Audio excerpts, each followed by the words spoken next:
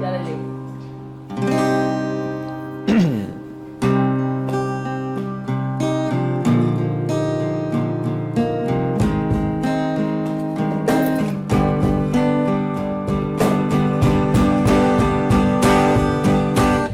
नी दस की कसूर मैं तो होया तू अखियों तो दूर क्यों होया नी दिल मजबूर क्यों होया एक बारी दस दे जरा दिल वाले पुछदे ने जा एक बारी दस दे जरा